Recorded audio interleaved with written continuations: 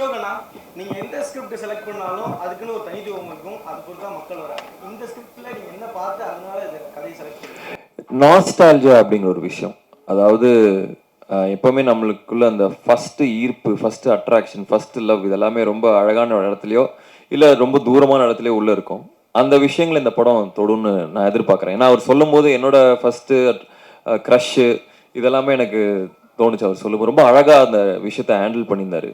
எனக்கு வந்து நான் பிறந்த ஊர் சொந்த ஊர் ஈரோடு. அதனால கதைகள் கேட்கும்போது ஈரோடு வந்ததே இல்லை. எப்பவுமே திருப்பூர் இருக்கும், இல்லைனா கோயம்புத்தூர் இருக்கும். இந்த கதையில வந்து ஸ்கூல் போர்ஷன் ஃபுல்லாகவே ஈரோடுல இருந்தது. எனக்கு அதுவுமே ஒரு கிக்காக இருந்தது. சொல்லுங்க.